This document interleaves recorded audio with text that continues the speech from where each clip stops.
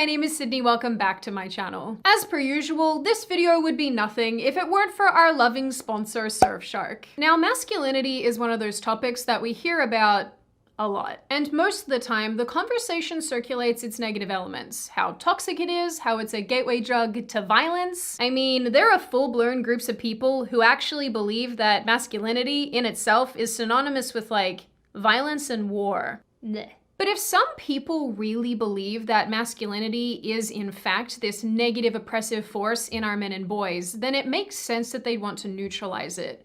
And in the event that they can't do that, destroy it entirely. Which is what I want to talk about today, the destruction or death of masculinity and the feminization of men. You might remember seeing a photo of singer Harry Styles in a dress on the cover of Vogue magazine. A similar photo was also posted by Men's Health, and well, that's a whole conversation on its own. Unsurprisingly, the photo went viral, especially after conservative commentator Candace Owens commented on it. She suggested that society cannot survive without strong men, that the steady feminization of men is not a coincidence, but rather an attack, saying that we need to bring back manly men. Now, of course, this sentiment was not shared universally, with many people on the other side of things arguing that dresses don't mark femininity, that men can wear whatever they like, and people shouldn't worry themselves with the things that don't affect them. Ironic, considering how radical leftists just love telling everybody else what to do. Have you guys met you? Seriously. A short time later, Styles posted yet another photo wearing whatever the hell this is, with the caption, "Bring back manly men." Now, if you're anything like me, then you patently don't care about Harry Styles or literally any other celebrity and what they choose to wear. Seriously, until these people pay my taxes, I'm genuinely not interested in what they do. But if nothing else, this topic has actually raised some valid concerns about the state of men in 2020 and the overall feminization of traditional masculinity. Depending on who you ask, the feminization of men is either harmful, weakening our society, or suppressing innate biological tendencies, or it's successfully uncovering and rooting out toxic traits in men and manhood. It's either a significant negative problem or a welcome byproduct of blurring gender roles and stereotypes, such in the case of Harry Styles. Or Gucci's attempt at releasing a tartan dress with a satin bow for men in the hopes of disrupting the toxic stereotypes that mold masculine gender identity. Well, they're certainly disrupting something. This is the face of, apparently you can pay me enough to wear this. But there really are people out there who believe that it is necessary to wear skirts and heels in order to challenge gender norms. And this is just one cosmetic example of the push to change these traits in men. So when we talk about this, it entirely depends upon which side of the fence you stand. Do you want a society where the lines of gender are blurred, where there is no clear distinction between men and women socially, emotionally, developmentally, and externally? Or do you want a society where men and women have clearly defined roles, determined by their innate immutable characteristics as two separate sexes, and of course with a little added nuance to suit the date and time period? Well, I certainly know where I stand. It's the second option, in case that wasn't clear, because I don't want this. No thank you. I'll be fine. The feminization of men, at least in my opinion, has been in progress for several decades. If it helps, think about it as like He-Man versus, like, this. In 1976, a sociologist called Robert Bannon wrote a book called The 49% Majority, where he detailed the blueprint of manhood, describing core tenets of masculinity at the time. These included things like not showing weakness or acting feminine, striving for financial success and social status, projecting an aura of confidence and self-reliance, being the strong silent type, and striving to be tough, adventurous, and live life on the edge. By 2020 standards, it's very clear that many of these traits would simply not be valued in the same way that they used to be. Nowadays, several of these things would be considered toxic masculinity, especially anything and everything relating to suppressing emotion or not wanting to act feminine, which, like, I guess leftists want men to do for some reason. I just want you to cut me down a tree and build me a house.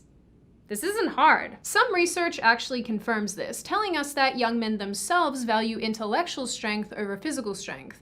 They value openness and altruism more than they value autonomy. Although, if you ask me, I'd argue that men have always valued altruism. Just ask the men on the Titanic as they gurgled to the bottom of the ocean. One article I read suggested that this change to masculinity isn't necessarily a bad thing. It doesn't signal the death of the cowboy, but rather the death of the gunslinger. The cowboy just got more sophisticated to fit in with our shifting world of office jobs and nerds. This idea might even help explain the Hi guys, all these changes has disrupted our society, especially in relative to relationship. That's the reason why most women are complaining there are no good men out there. Why? Because most of our men have been turned into women unconsciously. By the way, this is Marriage or Bachelor Highlight, where we discuss about relationship issues here, especially related to marriage. Most people are choosing now to stay out of marriage, to stay single, on both genders. Are you for marriage or against? Share your thoughts there down below. And don't forget to subscribe to the channel. Now let's continue watching the video. Decline in physical dominance in men, such as dropping testosterone levels and overall physical strength, which has been documented in a few studies relating to endurance and grip strength. One study, for example, basically concluded that the average college male has no more hand strength than a 30-year-old mum. In saying that, we know there's at least one thing you guys are good at gripping. My hand. When you take me on a nice date. Get your heads out of the gutter. Now, I'm not saying for a second that men have to abide by and fit into this 1970s version of masculinity. But society overall appears much more comfortable with the softer emotional man than the cut me down a tree and build me a fortress kind of man. The problem arises when men do actually have these traditional characteristics. They are increasingly unable to express them or act them out, lest they be labeled toxic or fragile and cast to the back of the proverbial gender bus. In early 2019, the American Psychological Association issued its first ever guidelines for practice with men and boys. Its primary message claimed that traditional masculinity, such as stoicism, competitiveness, dominance, and aggression, is, on the whole, harmful. And honestly, these characteristics are now genuinely viewed as toxic masculinity across the board. And this is viewed as the path to violence and sexual harassment, and traditional masculinity is the gateway to get there. With this intense scrutiny on men all the time, even for innocuous behavior, it's really no wonder that men would want to separate and distance themselves from traditional manhood. The feminist movement has, without question, had an enormous hand in this. Over the last several decades, the purpose of women has been expanded dramatically. Rather than raising children predominantly, women can effectively do anything a man can do, except create sperm, but I'm sure that science is working on that one. Feminism evened the playing field in almost all areas. Women can have sex like men, earn money like men, dress like men, and despite what feminist literature might tell you about equality, women have never been more equal. The problem is that nobody has really attempted to expand the purpose of men and uplift them in the same way. And why would they? What allegedly started off as a movement for equality, which it isn't, instead has become laser focused on the patriarchy and eliminating inherent flaws in our male-orientated society and its effect on women. Even the push to break down traits of traditional masculinity, such as independence, dominance, and suppression of emotion, has never really been about helping men themselves, but rather helping men help women. As aptly demonstrated by the UN and its tweet on International Men's Day this year.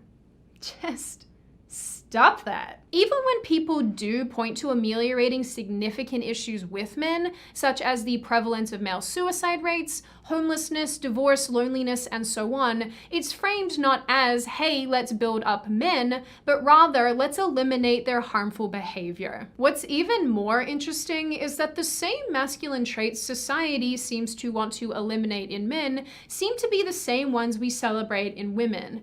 That sense of drive, purposefulness, aggression, and leadership, just to name a few examples. So I guess here we are, where the lines between the sexes are blurred, the roles are unclear, and while some people celebrate these things as positive steps towards equality and progressivism, it's clear that many men simply don't know where they fit in anymore, or how they should behave in a world that has practically replaced them with, like, vibrators and turkey basters and stop being graphic. I do what I want. You're not the boss of me. But maybe it's shaming men and denying them their masculinity that's leading to negative behavior. In 2005, Rob Willer, a sociology doctoral candidate at Cornell University, presented findings that men act more masculine when their masculinity is under threat. In his own words, the men reported feeling more ashamed, guilty, upset, and hostile when their masculinity was threatened, leading them to express greater support for the Iraq War at the time and show a greater tendency towards homophobia, for example. This is something I find really interesting because it seems like we've created a world where men are constantly under attack, where their manhood is constantly being questioned, and there's a significant confusion over their role in society. We know from research that men presently feel confusion in their interactions with the opposite sex, which has only been heightened by movements like Me Too and Believe Women. In some studies, over 40% of men say that they are worried about navigating social interactions with women, from greeting them with a kiss hello to opening a door for them, things which, in days gone by, were a sign of respect and chivalrousness, that today are viewed in some circles as sexist and overbearing. The attack on what many of us would consider traditional masculinity might be hard to picture on the surface. Some of it seems fairly deliberate, whereas other components feel like an unfortunate byproduct of our shifting society. As of 2020, there are more single-parent headed households than any other time in recent history, 80% of which are headed by mothers. Almost a quarter of all children live with a single mother, a 12% increase from 1968. In 2015, Dr. Warren Farrell gave a TED Talk about what he calls the boy crisis. He talked a lot about fatherlessness and its effects on young men. Fatherlessness, as we've discussed on this channel before, has extremely negative consequences on young boys, such as alcoholism and crime. And we see that in the data also. So, for example, before age 9, girls and boys committed suicide equally. Age 10 to 14, twice the amount for boys. 15 to 19, 4 times the amount. Age 20 to 24, 6 times the amount for boys. So if dad-deprived boys is the #1 cause of the boy crisis. And let's not forget, even in the cases where fathers are actually around but experiencing relationship breakdown, child custody is often awarded to the mother, which leads me to ask just how valued fatherhood is anyway, and how that makes men feel about another role that's been ripped out from under them. Seriously, we all know what happened to Jim in Treasure Planet when his father left. It's like the saddest montage I've ever seen in my life. Disney. Why? In Farrell's talk, he also points out how boys go from a father or male-deprived home environment to a male-deprived school environment, and this also has negative consequences. In recent years, we've come to find out that the education model most often presented to students better suits the learning styles of girls. In addition to that, some 77% of all American teachers and nearly 90% of American primary school or elementary school teachers are women. There is a significant gap between what boys find stimulating and engaging and what the female-orientated education system deems appropriate. Guys, if this continues, what do you think will be the state of men in our society in 20 to 30 years' time? Because from what I'm experiencing and what I'm seeing, even through this video, and the way they are indoctrinating our young men in school, in reality, there's a war on masculinity, and I doubt the type of men and the world we will live in from 20 to 30 years' time. What do you think? Is there really a war on masculinity? Share your thought down below and don't forget to like the video. Let's continue watching.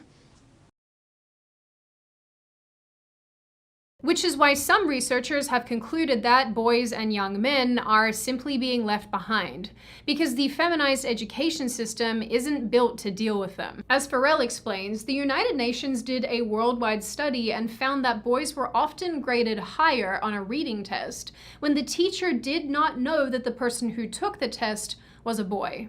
Similarly, he also points out that boys do better overall when their teachers are also male. This is for several reasons, some of which are because male teachers challenge boys to work harder and have an impact on boosting their confidence in their own abilities. Or maybe it's because boys like having a stable male role model. So boys effectively go from a feminized home environment to a feminized education system. Then some of them go on to work in an increasingly feminized workplace where they are fearful of interacting with women, where they're told to eliminate masculine language from their speech, to feminized marriages where women wield the majority of power, control their money, and allow them to have a man cave because she doesn't like that ugly table that you bought in 2009. She's not wrong. It really is gross, and you should probably throw it away. Bet there's a bunch of men out there who are laughing themselves all the way to the bank with their Pokemon cards that their wife tried to throw out that are now worth a lot of money. In saying all of this, maybe the problem is not the toxicity of masculinity or too much masculinity, but the complete lack of it. When I initially started writing this video, I looked heavily at feminizing men through humiliation and shame.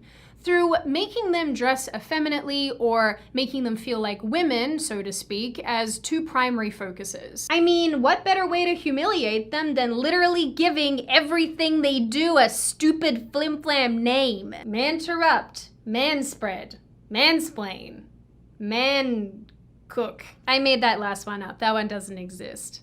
Which I guess is fine, because neither do the rest of them. Now, while nobody is actually forcing men to wear dresses, like in the cases I've already mentioned, poor Harry Styles, it appears that the idea is becoming more mainstream. A quick Google search turns up plenty of articles about the topic, anecdotes from parents and celebrities parading around their boys. I even found a series of mothers who'd put their sons in dresses to support a television series and book about a boy discovering cross-dressing and drag. A video, mind you, that BBC One tried to hide, but I see you. I see everything. The thing is, clothes have an impact on how people feel and behave, something that has been documented in many situations over many decades.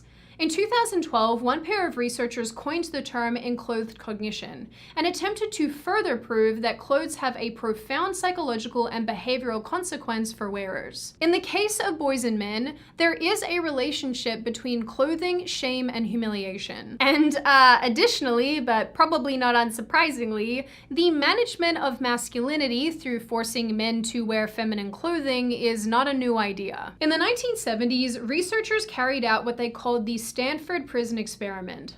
During the experiment, prisoners were given a dress or smock and not allowed to wear any underclothes. The study team noted that while they realize men in prison don't actually wear dresses, real male prisoners do feel humiliated and do feel emasculated.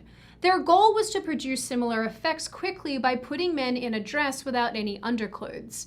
Indeed, as soon as some of their prisoners were put in these uniforms, they began to walk and sit differently, to hold themselves differently, more like a woman than a man. What's interesting is that this has been documented before. In the Victorian era, sometimes young boys were forced to wear feminine clothes in an effort to fix their unwanted behavior, in a practice known as petticoating or petticoat discipline. This is not to be confused with breeching, where toddler boys for like hundreds of years wore dresses because it was easier to change their diapers and so on, but were eventually transitioned into pants and it was like celebrated because, I don't know, I guess yay pants. Petticoating, on the other hand, worked by humiliating and embarrassing the boy so much that he was careful not to engage in any kind of activity that would draw attention to himself, thus making him easier to control in public. Obviously, I'm not precisely sure how common petticoating was because, as well as being like a weird practice, it's also a fetish, because of course it is. So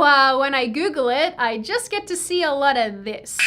Early accounts that actually reference petticoating, despite how much research and reading I did, are reasonably scant as well, making it kind of hard to determine just how common it was. And regrettably, this just isn't a hill I'm willing to die on. As of 2020, and again unsurprisingly, I don't think we have the desire to go back to history. We have moved past those stage. We won't go back to horses and to donkeys and to everything. We're in the days of advancement. And in these modern days, men need to not to go back. I believe men have worn dresses in some state, maybe some kings and other type of thing. It is historically like that. But now, it is now about, to my own belief, it is about psychological effect now that this thing is affecting men. It is making men look cold, warm, and at the end, Most women, they resent such men.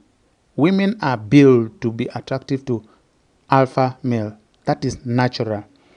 So guys, I will end the video here, but I'll link the video down below. If you want to complete the video, you can see the link will be down below there. Don't forget to subscribe to the channel, share, and comment down below. Now, thank you so much. Bye.